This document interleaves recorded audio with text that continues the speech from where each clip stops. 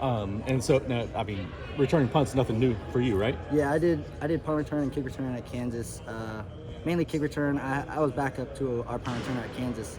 He's playing for the Bengals now, so it's kind of hard to get over that guy. But yeah, I did kick return my 2 years there at Kansas, and then I did punt return at Tennessee Martin. So experienced returner, done that, and it's nothing new. So like when you showed up here, were those the kind of things that you felt like maybe you had a chance to make Yeah, an impact? yeah. I mean, obviously last year it didn't really seem right for me to get those valuable reps as a returner just because I was ineligible. Getting those reps is pretty valuable. So get the guys who are eligible and who are gonna be able to do it in a game. And so I kind of understand that. But this spring they've been on me catching punts, catching kicks. So yeah, it's a big deal. So ineligibility, was that just because you were your second transfer? Yeah, yeah. Unfortunately, they just changed the rule. Right. Yeah. Yeah, right Right after. Right after. So that stinks, but it's part of it.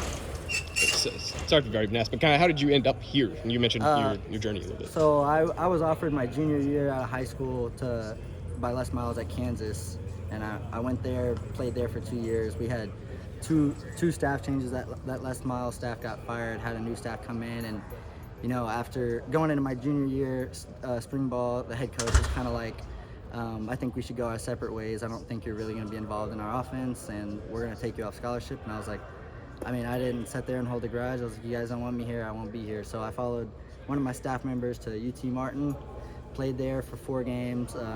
They redshirted me. My dad, unfortunately, got sick that year.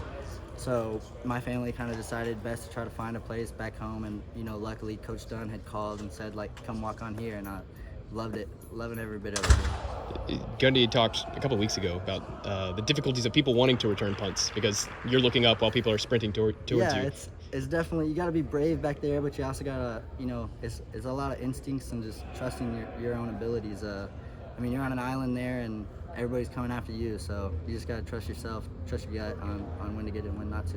What's it been like working with BP? You mentioned you guys. Oh, I love him. I freaking grew up with him, playing against him my whole life, being Union, Bigsby, and I've known him forever, and now he's someone I look up to. Like, he's been here, he's been experienced, he's been doing it, and that's someone I try to look up to and aspire to be like. So yeah.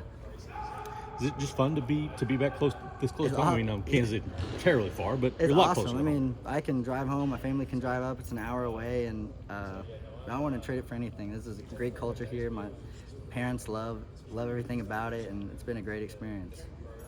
How is your dad?